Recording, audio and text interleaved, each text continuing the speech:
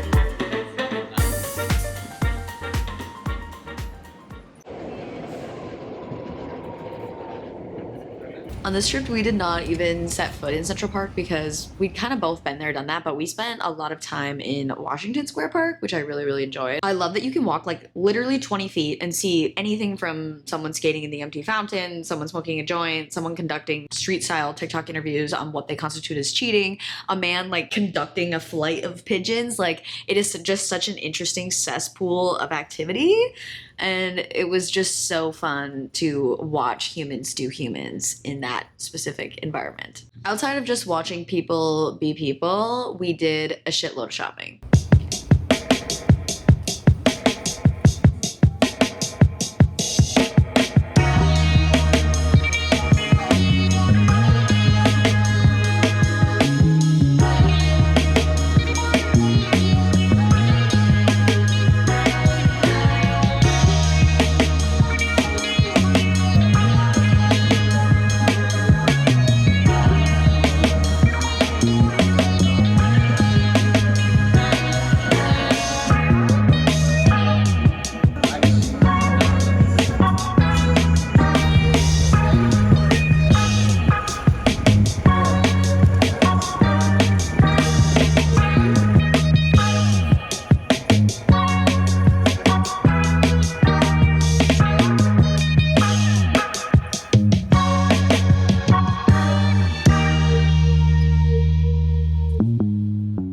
I got some of my like all-time favorite vintage pieces on this past trip. Like, and I just really appreciated how a lot of the stores there are very, very catered vintage or secondhand. Like, you go into a place and it is like purely athleisure, athletic vintage, like 90s.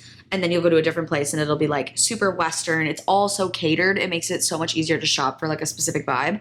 But I should literally show you everything I got. One second.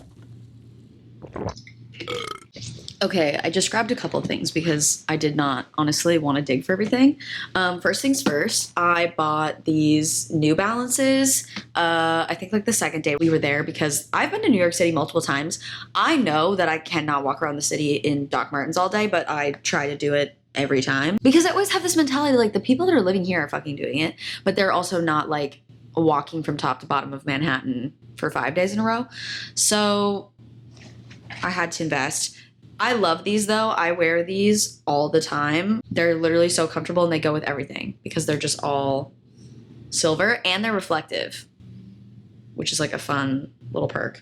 I also got this Baggu crescent. It's not the crescent bag. It's not like the little like sling one. That's like, I kind of wanted to get it, but I was having identity crisis. Didn't know if I was like that bitch, even though I think I am more than I am this bitch. But it is, I do really like this thing actually. It fits so much. I feel like people say that with the sling one too. But this, I can genuinely fit like my film camera, my wallet, oranges, Altoids, my sunglasses. I can carry everything in here. This is my favorite shirt I got while I was there. It's like this 90s Nike basketball shirt, and it's like kind of like cracking and falling apart, to be honest with you, but I love it. I wear it to bed literally every single night because it's just like, you can't get better than a pre-loved baggy t-shirt. It's so cozy. I got a lot of t-shirts kind of this genre, but I'm not digging them all out. These were like the find of my fucking life. I got them at L Train Vintage, I think. They were literally like $20 and they just sit like perfectly, like they're that in between like a low and mid rise. So I don't feel like my literal coochie's about to be out, but I don't feel like I'm like cutting off the fucking ability to eat food. So these are my absolute favorite, and they're comfy. Like they're literally like sweats. Like I can do a full squat in these. So slay those. But yes, lots and lots of shopping and a lot of really good shopping in Brooklyn. I spent way more time in Brooklyn on this trip than I think I ever have in New York City, and I will not be passing on Brooklyn.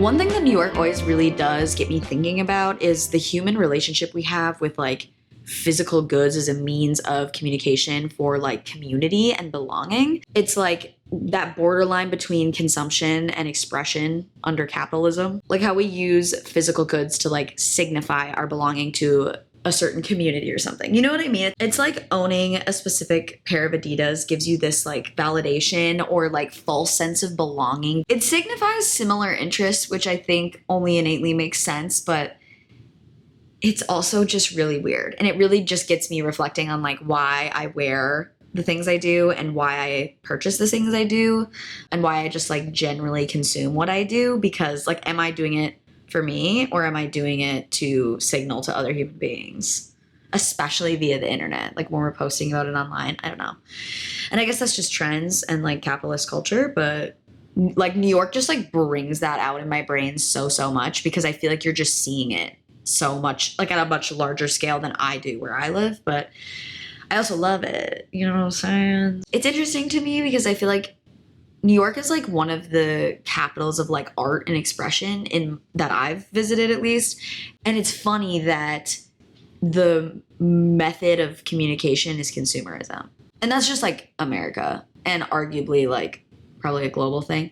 But I just feel like it really just smacks me in the face when I'm in New York City. I will say, even amongst like the huge wealth discrepancy that you see in New York, it really does give me the feeling of like, shit's fucking possible. Like if you want to do something or wear something or be someone or any of that, like you can fucking do it. And I think that is why New York is so addicting to me.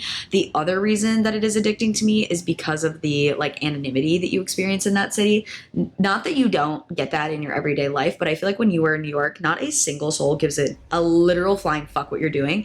And maybe that's just like the contrast I experience coming from the Midwest, where like feel like people are just kind of in each other's business because there's less of us fucking around. So it's like everyone is so concerned with what their aunt's cousin's daughter's dog is doing. So I feel like I really love when I go to New York. I'm like, I could literally like piss on the sidewalk and no one would care. I mean, okay, that's a horrid example. Actually, no, people would care. It is that like freeing feeling of like it literally doesn't matter. It makes me feel small in a way that I really, really like. And I feel that in a lot of metropolitan cities I visit, but New York specifically, I feel like people just go so above and beyond in terms of like expression that you're free to do literally whatever the fuck you want. And I just love it. It makes me want to live on the East Coast, but also no. Ugh. I go so back and forth with it. There's like days where I'm like, I could be a New Yorker, and then I realize that that's not true at all. I'm too much of like a tree hugger, and not and yes, like you obviously have plenty of access to green spaces in New York, but I'm too much of a like, I want to go to the park and be there for 4 hours and maybe see 2 other people, and that's not going to happen.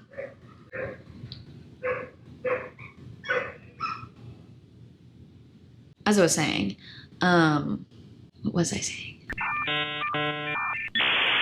Oh, just about liking to be alone when I'm outside. That's something I think would just be so much harder to get in New York City. That would be really frustrating for me. I do think I could do a stint there. I would love to do New York from like June to December.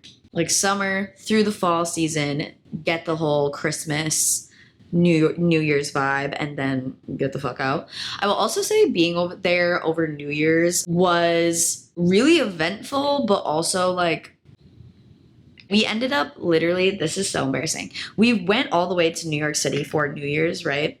And we ended up just watching the ball drop on the TV in our fucking Airbnb like hotel room. But I will say that was like the one night we had our Airbnb to ourselves because everybody else that had traveled there was like out in the city doing shit. And we had gone out earlier, but like by the time the ball dropped, we had to fly out at like 5 a.m. that next morning. So that was part of it too, is like we should have booked ourselves like another day, but I think it was cheaper to leave on the 1st or whatever. We tried going up to like Times Square, and the subways were insane. Like all the trains were like sardine. I've never been that close to so many people in a confined space like that before in my life. And I was like, yeah. And we were like, you know, not even close, like in the Lower East Side. We were not even close to Times Square. And the trains were already like that. So I was like, no, we're not doing that. But it was overall such a beautiful trip. I was so happy to have gone with my best friend. And it's definitely like a core memory type of trip.